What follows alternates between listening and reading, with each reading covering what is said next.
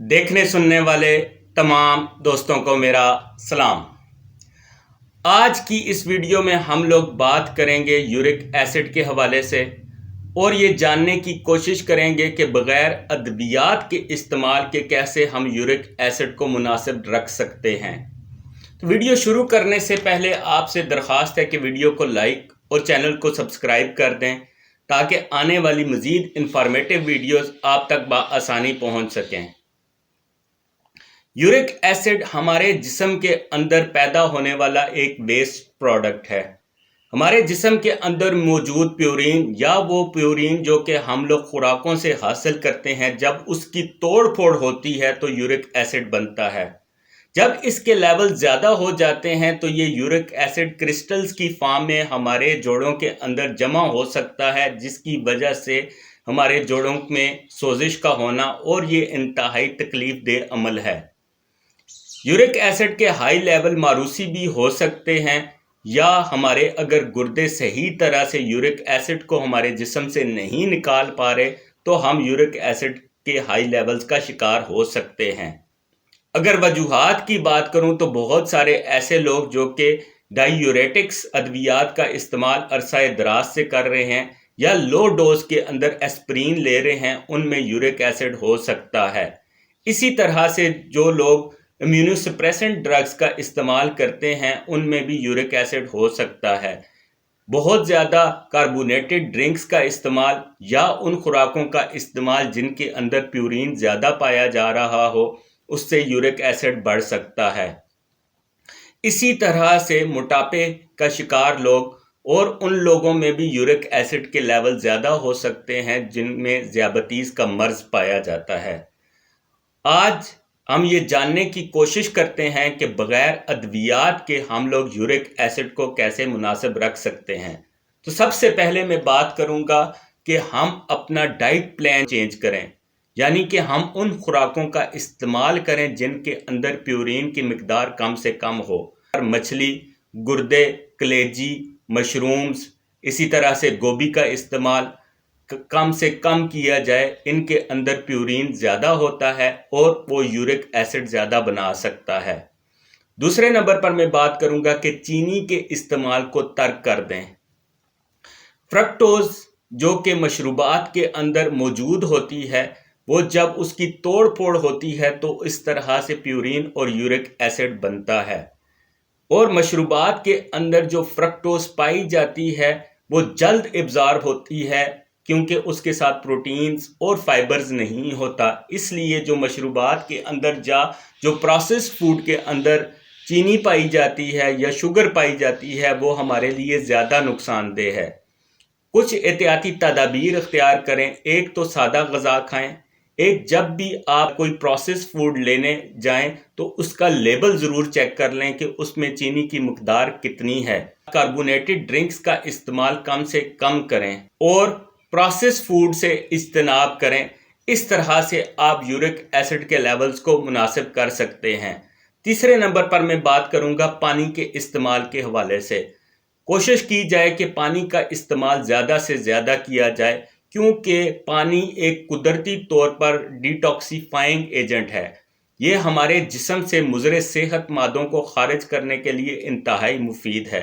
इसके लिए भी बेहतर यह है कि आप कोई टाइम फिक्स कर लें या अपने पास अलार्म लगा कर रख लें कि जो कि आपको रिमाइंडर देता रहे कि हर घंटे बाद आप कुछ ना कुछ सिप्स जो है वो पानी के लेते रहें, ताकि आपकी जो हाइड्रेशन है वो बरकरार रहे और आपके गुर्दे सही तरह से जो मुज़र सेहत मादे हैं उनको आपके जिस्म से खारिज करते रहें।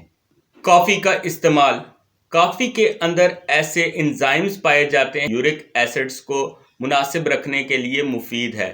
इसके साथ साथ ये हमारे गुर्दों के साथ जो वेस्ट प्रोडक्ट है उसको निकालने की शरह को भी ज़्यादा कर देती है। इसलिए कॉफ़ी का इस्तेमाल हमारे यूरिक एसिड को मुनासिब रख सकता है। बेहतर तरीक़ाकार ये है कि आप बग़ैर शुगर और बग़ैर मिल्क के कॉफ़ी का इस्तेमाल करें, जो कि इंतहाई मुफीद है यूरिक एसिड को कम करने के लिए।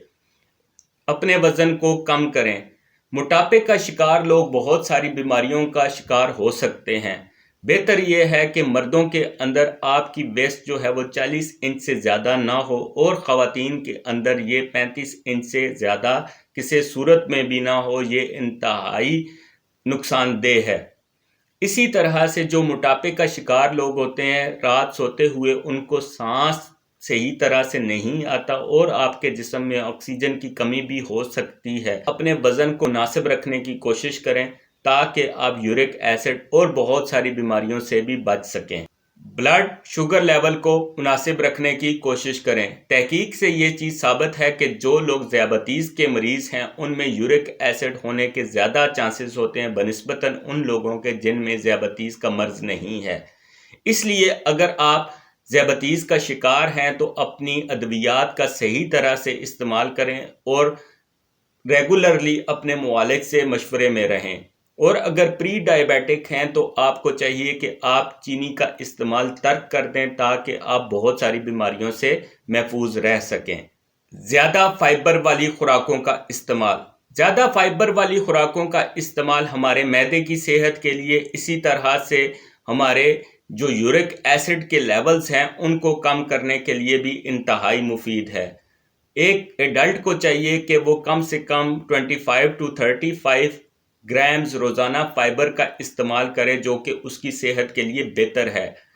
اگر فائبر والی خوراکوں کا ذکر کیا جائے تو سلاد کے پتوں کا استعمال، اسی طرح سے آپ چکی کا آٹا استعمال کریں، آپ ہول گرینز استعمال کریں، اور ایووکاڈو کا استعمال، ناشپاتی کا استعمال اور بادام کا استعمال جو ہے وہ یورک ایسڈ میں کمی لا سکتا ہے۔ وٹامن سی کا استعمال۔ یورک ایسڈ کو کم کرنے کے لیے وٹامن سی ایک بہت اہم کردار سر انجام دیتا ہے۔ بہتر یہ ہے کہ آپ روزانہ وٹامن سی کا استعمال کریں کیونکہ یہ ایک واٹر سالوبل وٹامن ہے، اور اگر 500 ملی گرام یومیہ آپ اس کا استعمال کرتے ہیں تو یہ یورک ایسڈ میں کمی لانے کا باعث بھی بن سکتا ہے، اور اینٹی آکسیڈنٹ پراپرٹیز ہونے کی وجہ سے یہ بہت ساری بیماریوں سے بھی آپ کو محفوظ رکھ سکتا ہے۔ چیری اور چیری کے جوس کا استعمال فوری طور پر یورک ایسڈ میں کمی لانے کا باعث بن سکتا ہے کیونکہ اس کے اندر اینتوسائنین پایا جاتا ہے جو کہ بہت اسٹرانگ اینٹی آکسیڈنٹ ہونے کے ساتھ ساتھ ہماری سوزش کو بھی کم کرتا ہے، اور اس طرح سے یہ یورک ایسڈ کو کم کرنے کے لیے انتہائی مفید ہے۔ ادویات کا مناسب استعمال۔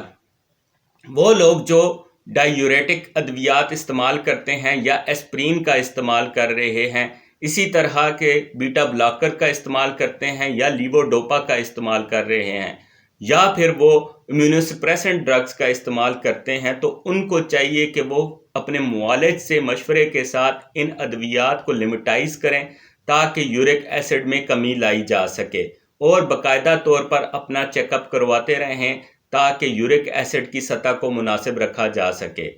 اس کے ساتھ میں بات کروں گا بلیک سیڈ یعنی کہ کلونجی کے استعمال کے حوالے سے۔ کلونجی کا جو تیل ہے اس کا استعمال روزانہ اگر آپ پودینے کے پتوں کے ساتھ یا سبز چائے کے ساتھ کرتے ہیں تو یہ آپ کے جوڑوں کے اندر لبریکیشن کا کام سر انجام دیتا ہے، اور اس طرح سے آپ کی جوڑوں کی موومنٹ بھی بہتر ہوتی ہے اور تکلیف سے بھی راحت پہنچانے کا کام سر انجام دیتا ہے۔ آج کی اس ویڈیو میں ہم لوگوں نے یہ جاننے کی کوشش کی کہ بغیر ادویات کے استعمال کے ہم لوگ یورک ایسڈ کو کیسے مناسب رکھ سکتے ہیں۔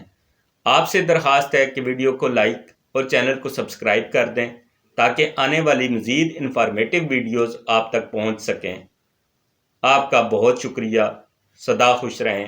السلام علیکم۔